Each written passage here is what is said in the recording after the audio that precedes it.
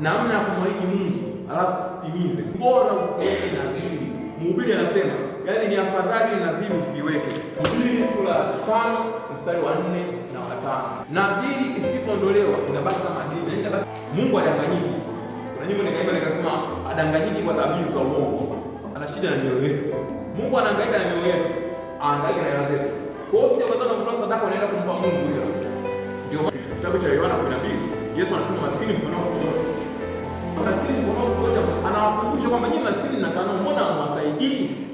Anaposema kama mimi nikija nitakuuliza kwamba nalikuwa uchi au kulipika nguo hospitali nilikuwa na njaa kulipa chakula. Ana maana kwamba wale maskini kwa nini hamkuwatendea mema alafu unatoa sadaka kwa Mungu? Yesu asifiwe. Sasa Yesu anakumbusha. Yuda anaona kwa Yesu anaona nini? Yesu aliona roho ya Yuda. Alijua mpango wa Yuda. Yuda alitaka kuchukua zile hela. Lakini akadogoa. Ndio ndio mpango wake. Yaani yeye kusoma bwana hela zote anapunguza kidogo.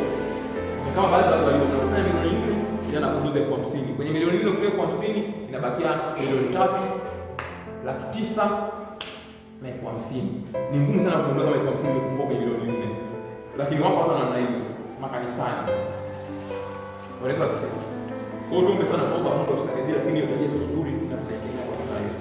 Isije katika kwako. Kwa sababu kwa kanisa. Unaahidi sadaka autoi. Ni kuahidi kama nabii. Mungu atakuletea hicho. Mungu anakuahidi hicho. Watu wanasema mimi natashika sana. Ni wewe usiahidi. Mimi kuna mtu ambaye haidi kabisa. Na mtu haidi hapana. Mimi nitakachopata nitatoa. Mimi kama pesa. Mwingine hataki kuonesha. Mwingine anatoa sadaka hataki kujulikana kama nani ametoa. Unasikia sadaka mtu amechangia kitu fulani kidogo. Wapo wameshajiwekea misikio. Kwa sababu sasa hivi dunia hii sasa hivi mekani ya tunaonesha kila mtu yule nini akambariki. Akaonekana ndio ametoa zaidi kuliko wengine. Hapo tunashangaa. Mbona sisi tumetoa nyingi? Sasa utakuja kuangalia kama sasa Yesu anaangalia hela au anaangalia hapo na wapi. Wanaweza siku. Wanaweza siku. Unakwenda kanisani.